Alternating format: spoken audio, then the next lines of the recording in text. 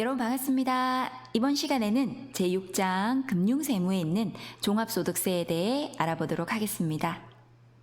금융세무 227페이지 첫 장에 보시게 되면 소득세의 의의가 나와 있는데 의의를 살펴보기 전에 233페이지에 있는 종합소득세의 계산구조 먼저 살펴보도록 하겠습니다.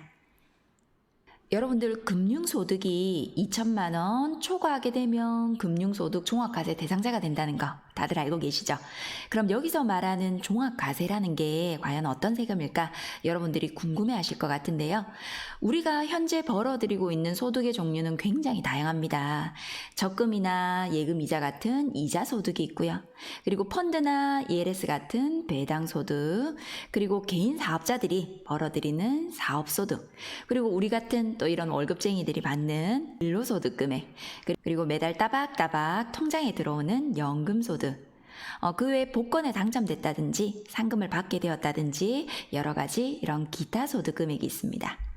그런데 한 사람이 여기 있는 한 가지 소득이 있을 수도 있고 또 여러 가지 소득이 있을 수도 있는데 나라에서는 이러한 6가지 소득들에 대해서 각각 이렇게 따로따로 과세를 하는 것이 아니라 다 합쳐서 그러니까 합산해서 과세를 한다고 해서 이것을 종합과세라고 합니다. 그리고 여러분들이 아셔야 하는 게 소득이 있다고 해서 또 무조건 종합과세를 하진 않습니다. 여기에 있는 소득들 중에서 이자소득과 배당소득을 합쳐서 금융소득이라고 하고요. 1월 1일부터 12월 31일까지 발생한 이 금융소득이 2천만 원을 초과를 하게 되면 여기에 나와 있는 소득세 계산 구조 안으로 이렇게 쏙 들어가게 되지만 2천만 원이 안 되면 종합소득세에 합산이 되지 않습니다. 그리고 연금소득 역시도 앞전에 퇴직연금 신탁 시간에 말씀드렸지만 사적연금을 기준으로 연간 1,200만 원을 초과를 하게 되면 종합소득세 신고 대상이 되지만 1,200만 원이 안 되면 종합과세를 염려할 필요가 없습니다. 자, 그래서 이러한 이, 배, 사근, 연기, 소득금액을 다 합쳐서 종합소득금액이라고 하고요. 그럼 여기서 바로 세금을 매길까요? 아닙니다. 그럼 세금을 너무 많이 내겠죠. 그래서 여기서 소득공제를 해주게 됩니다. 그럼 종합소득공제에는 뭐가 있는지 한번 살펴보면 본인이나 배우자, 부양가족 공제인 이렇게 기본공제와 장애인 공제 등과 같은 이런 인적공제가 있고요. 그리고 국민연금 납부액 같은 연금보험료 공제, 건강고용보험료 같은 이렇게 특별소득공제, 그리고 참고해서 우리가 지금 현재 많이 판매하고 있는 신용카드 그리고 노란우산 공제 등이 있습니다. 그럼 소득 공제를 하게 되면 어떤 세금 절감 혜택이 있을까? 또 여러분들이 궁금해 하실 수도 있는데요. 그래서 우리가 지금 현재 많이 판매하고 있는 노란우산 공제를 한번 예를 들어보겠습니다. 종합소득세 기본세율을 보시게 되면 이렇게 소득에 따라서 세율이 점점 이렇게 최저 6%부터 42%까지 늘어나는 효과누진 세율이라는 걸 알 수 있습니다. 효과누진 세율 뜻은 뒤에 자세하게 제가 또 알려드리고요. 그럼 만약 내 소득이 1,500만 원입니다. 그럼 세율이 몇 프로죠? 네, 15%죠. 그런데 내가 노란우산 공제 상품을 가입을 했습니다. 그럼 여러분 노란우산 공제를 가입하면 최대 얼마까지 소득 공제를 받을 수 있죠? 네, 이렇게 노란우산 공제 상품을 보시게 되면 내 사업 소득 금액이 4천만 원 이하인 경우에 최대 500만 원까지 소득 공제를 받을 수 있습니다. 여러분 소득 공제라는 말은요, 내 소득에서 바로 빼준다는 말입니다.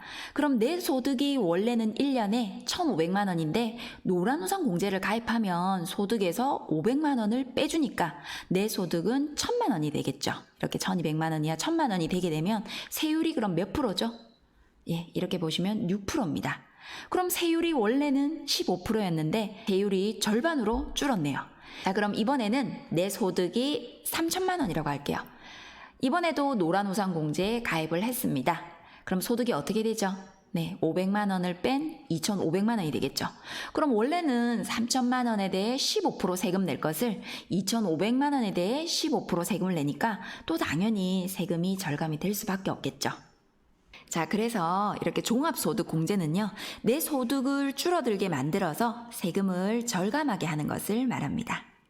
그리고 종합소득 금액에서 소득공제를 뺀 금액을 종합소득 과세표준이라고 하고요. 왜 과세표준일까요? 이제 여기서 세율을 매기겠다는 거죠.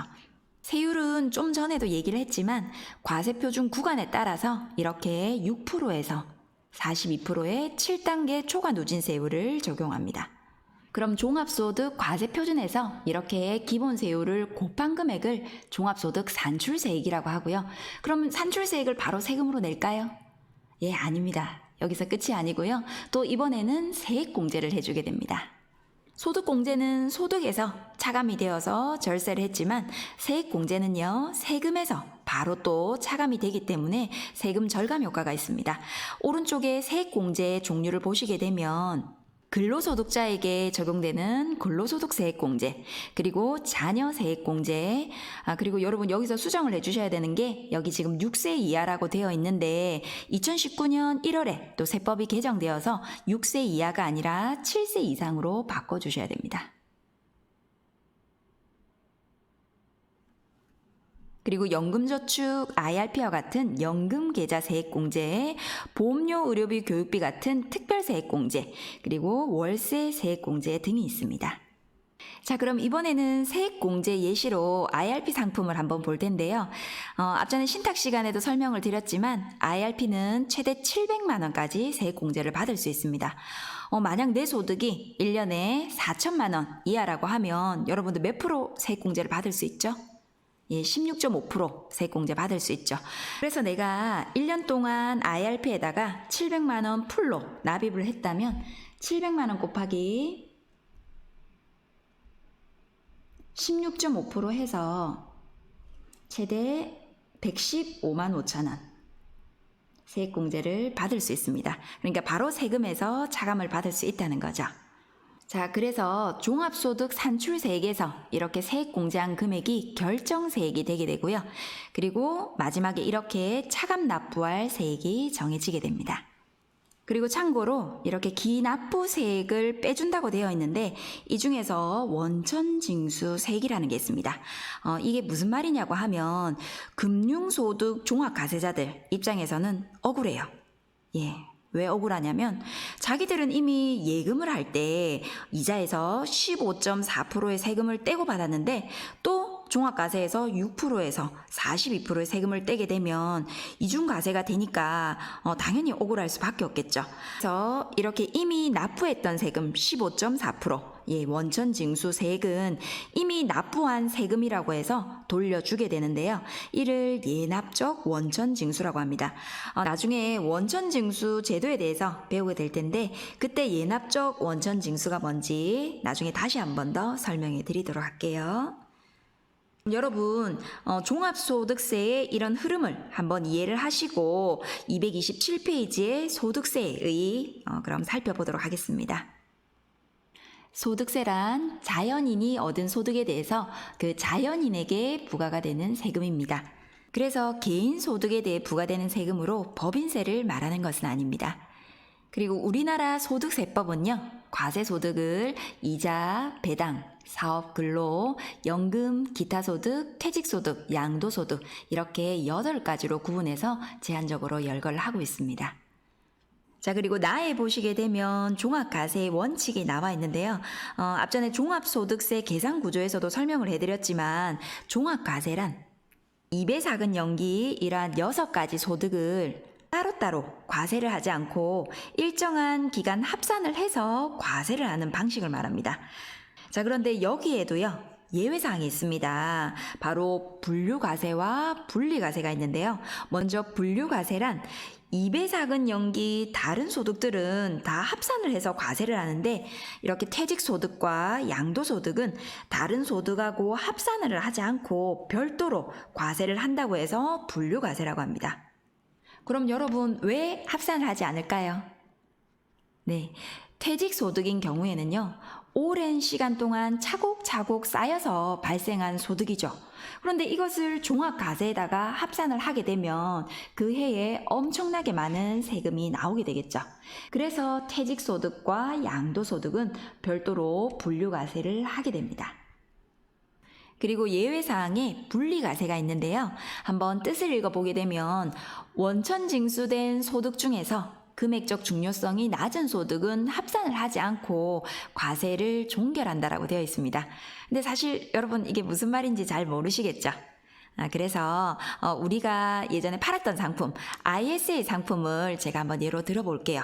사실 요즘에는 잘 팔진 않았는데 한번 기억을 떠올려 보면 ISA 상품은 일반형과 서민형으로 나눠 있었습니다. 그리고 만기는 5년, 그리고 5년 동안 총 불이익은 1억. 그리고 1년에는 2천만 원 불입이 가능하죠. 그리고 일반형인 경우에는요, 상품을 운용해서 그 발생한 이자 소득에 대해서 200만 원까지는 비과세에, 나머지 이자에 대해서는 9.9% 분리과세 적용한다고 되어 있었습니다.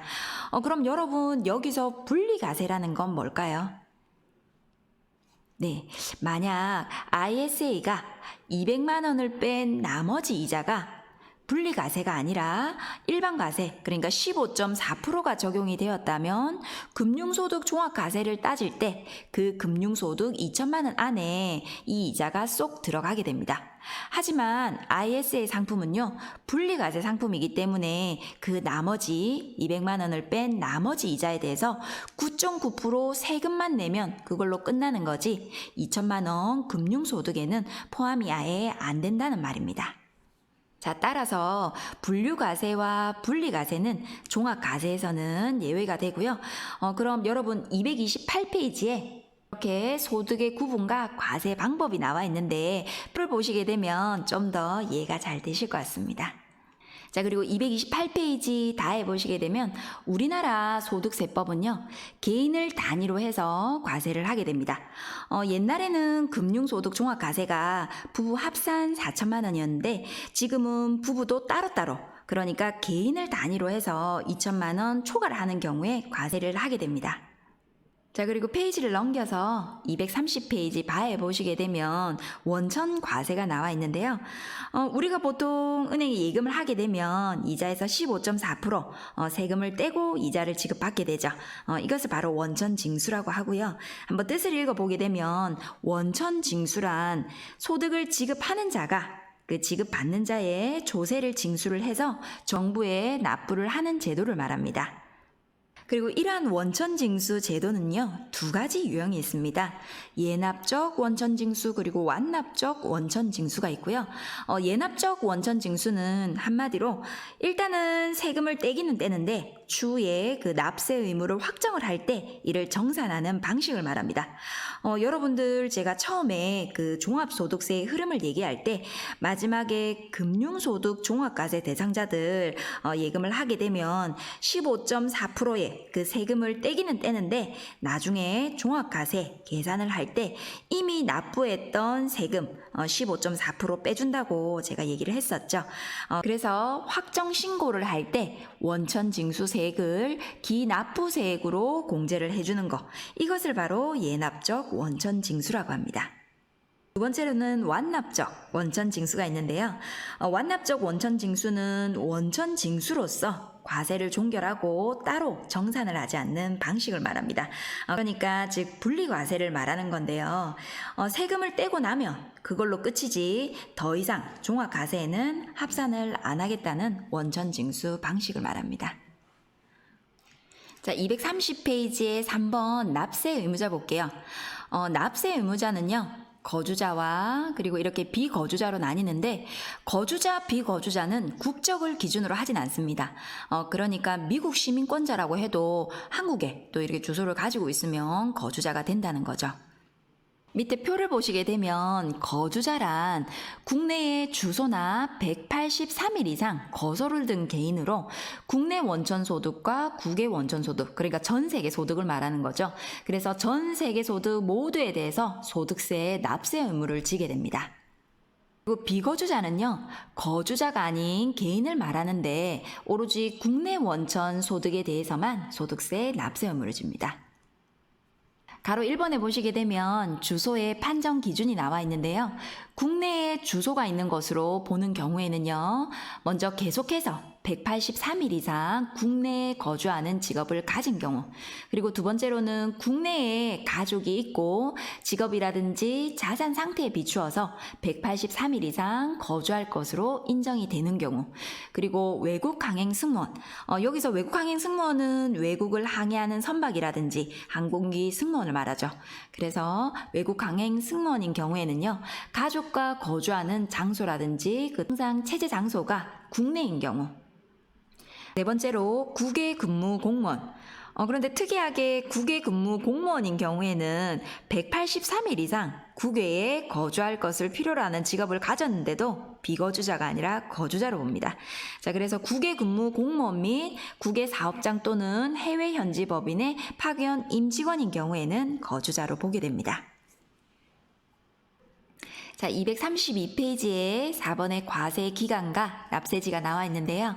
일반적으로 우리가 종합소득세를 계산을 할 때 이렇게 1월 1일부터 12월 31일까지의 소득에 대해서 계산을 하는 게 원칙인데, 예외적으로 거주자가 이렇게 사망한 경우에는요, 1월 1일부터 사망한 날까지를 과세기간으로 하고, 그리고 거주자가 출국을 해서 또 이렇게 비거주자가 되는 경우에는 1월 1일부터 출국한 날까지를 과세기간으로 합니다. 그리고 납세지는 소득세를 관할하는 세무서를 정하는 기준이 어디냐에 따라서 그 납세지가 결정이 되는데, 거주자인 경우에는요, 주소지를 기준으로 합니다. 그리고 비거주자인 경우에는 주된 국내 사업장의 소재지를 기준으로 해서 납세지가 결정이 됩니다. 232페이지 5번에 가에 보시게 되면 종합소득금액의 계산이 나와 있는데요. 여러분 표를 보시게 되면 여기에 소득이 아니라 전부 다 이렇게 소득금액으로 되어 있는 걸 알 수 있습니다. 그럼 소득과 소득금액의 차이는요, 예를 들어서 사업소득금액인 경우에 이렇게 사업소득 총수익금액에서 필요경비를 뺀 나머지 금액이 종합소득금액에서 합산된다는 걸 알 수 있습니다. 그리고 233페이지 나의 종합소득세의 계산구조 나와 있는데요. 제가 앞에 미리 다 설명을 해드렸죠. 그래서 여러분, 종합소득세 계산구조는 꼭 좀 기억을 해주시면 좋을 것 같습니다. 자, 그럼 여러분 제6장 금융세무 종합소득세 총론까지 여기서 마무리하고요. 다음 시간 이자소득과 배당소득에 대해 알아보도록 하겠습니다. 다들 강의 들으신다고 고생 많으셨습니다. 감사합니다.